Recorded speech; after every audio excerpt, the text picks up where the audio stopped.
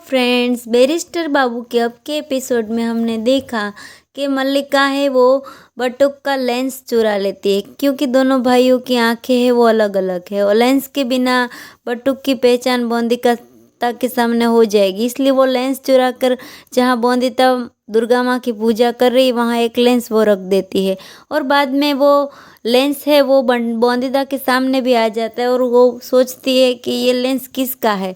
बाद में वो लेंस लेकर जब अपने कमरे में आती है तभी बटुक है वहाँ दूसरे लेंस लगा लेता है आँखों में।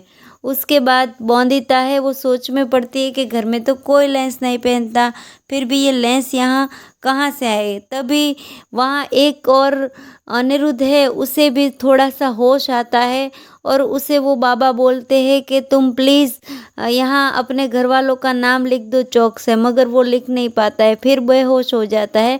और वैद्य जी उसे कहते हैं कि पानी की ज़्यादातर धक्के लगने से उसे लकवा मार गया है, इसीलिए वो होश में नहीं आता और बाद में फिर वो बेहोश हो जाता है।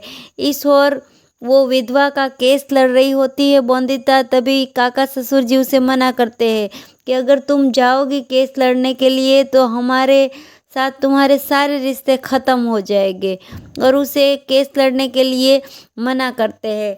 इस और मल्लिका है एक तरफ लगी रहती है कि मैं बोंदिता को अपने रास्ते से कैसे हटाऊं। तभी वो अपनी माँ को फ़ोन करती है और उसकी माँ को पूछती है।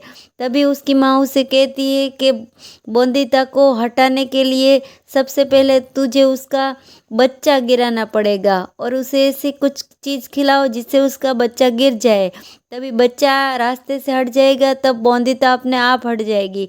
और इस ओर बोंदिता है वो काका ससुर जी से आशीर्वाद लेके कचहरी जाने की ओर निकल पड़ती है। तभी काका ससुर जी नाराज़ होते, फिर भी वो सोचती है कि अब मैं क्या करूँ, जाऊँ कि ना जाऊँ।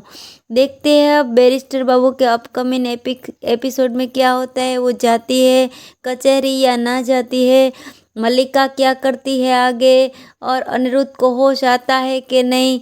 अब हम अगले एपिसोड में सब कुछ देखेंगे। तब तक के लिए अगर आपको मेरा चैनल पसंद आए तो प्लीज़ उसे सब्सक्राइब, लाइक और शेयर करना ना भूले। धन्यवाद।